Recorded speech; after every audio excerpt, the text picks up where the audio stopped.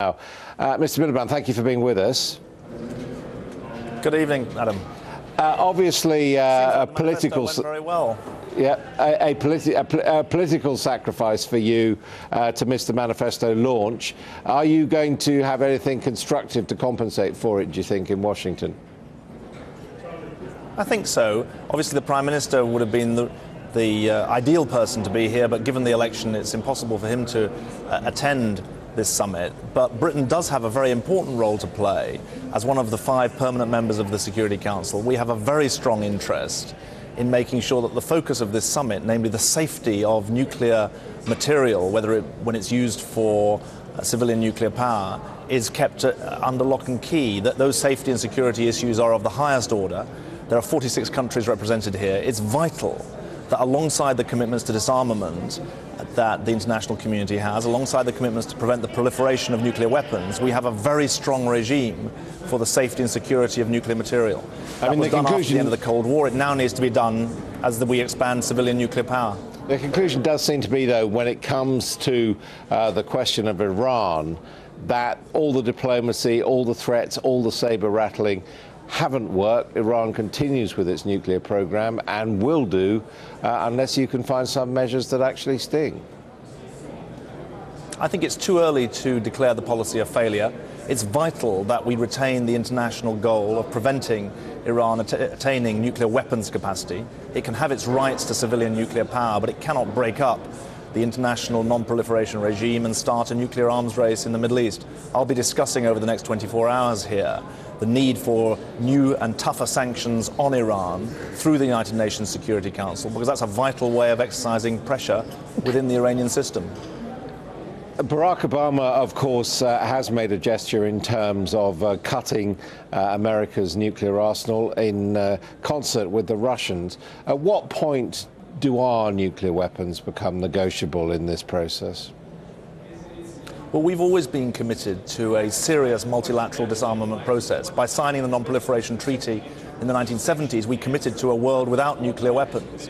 That is a long way off, but the agreement last week between America and Russia is very significant indeed. It breaks a decade of deadlock on nuclear matters. America and Russia have over 90% of the world's nuclear weapons. They're now down to 1,500 warheads. We're below 200, so you can see that there's still a major difference. I think it's vital, though, that we follow up the important agreement between America and Russia last week and develop a multilateral disarmament process in which Britain could play an active part. Well, I understand that, but specifically the renewal of the Trident nuclear missile submarine fleet is beginning to look a bit passé in terms of a world with dramatically fewer nuclear weapons. I don't accept that. We have a minimal nuclear deterrent. It's vital that we do so, but it's also vital that we are active contributors to the multilateral disarmament system. In the 1980s and 90s, people thought that multilateral disarmament was an excuse for, the phrase was an excuse for not disarming at all. We've shown that not to be true. Britain has got rid of 2/3 to 3/4 of its nuclear arsenal since the end of the Cold War. And we're determined to make sure that there is a genuine multilateral disarmament process involving all of the nuclear powers. That's what we're going to be working on now, that the Americans and the Russians have committed to this rather sizable reduction in warhead numbers that they achieved last week. Well, I mean, for example, the Liberal Democrats who you might be in coalition with after the general election, I mean, they clearly think that there is a cheaper option, maintaining a nuclear weapon, but not necessarily doing it with submarines. I think they've talked about a cruise missile-based option. You'd actually need more nuclear capacity to sustain the minimum deterrent if you use that system. I don't think that would be sensible. Where I do think we need to be absolutely clear is that...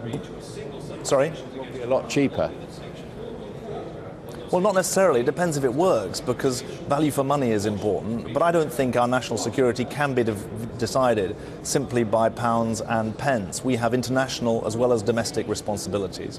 We are absolutely committed not just to the security of Britain, but also to being active participants in an effective multilateral disarmament process, because we know that actually the spread of nuclear weapons is very dangerous. That's why the confrontation that's been sought by Iran and by North Korea needs to be met very, very clearly by the international community. That's what diplomacy is about, and it's a diplomatic confrontation that we need to ensure goes through in the interests of an effective international system that doesn't allow the proliferation of nuclear weapons.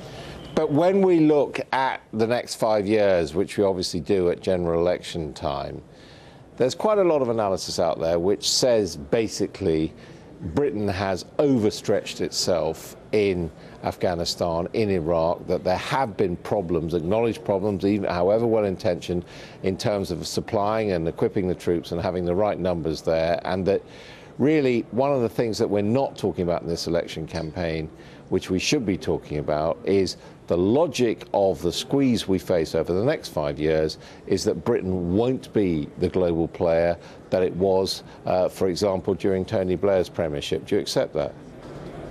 Just can't afford it. Well, I think the world would be a worse place, and we would be worse off as a result. Britain in 1997, when we came into office, was a country that had lost a beef war with the European Union. It had stood on the sidelines when 100,000 people were slaughtered in Bosnia, and it was cutting its overseas aid spending. Over the last 13 years, we've transformed that. We're at the heart. We're leading the European debate on economy, on climate change, on security. I've just met the Prime Minister of Pakistan. We are very, very close allies with Pakistan in tackling their security as well as economic problems. And an outward-facing Britain, a Britain that is engaged internationally, is vital to our own prosperity and our own security. And I don't think now is the time to compromise on that. The manifesto that's been published today is a determinedly internationalist manifesto. It's one that sees Britain's engagement in the world as vital to our own interests as well as the advance of our values.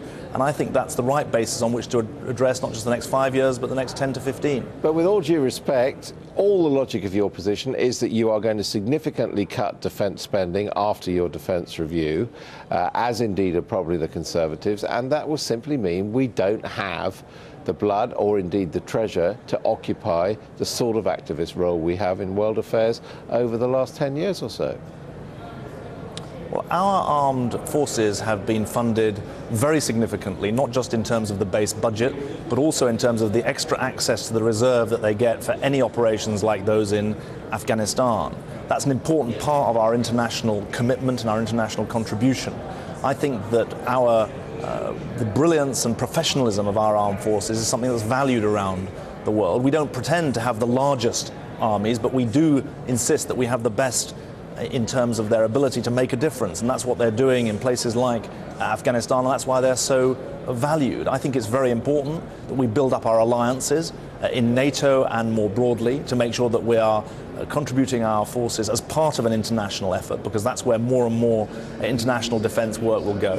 There will be more cooperation around Europe on defence issues. I think that's a good thing as a complement to NATO. So yes, there will be more coalition building. Yes, there will be more sharing of the burden. But I think Britain still has a distinctive role to play, both on defence and on development and on diplomacy, the three key pillars of our approach to international affairs.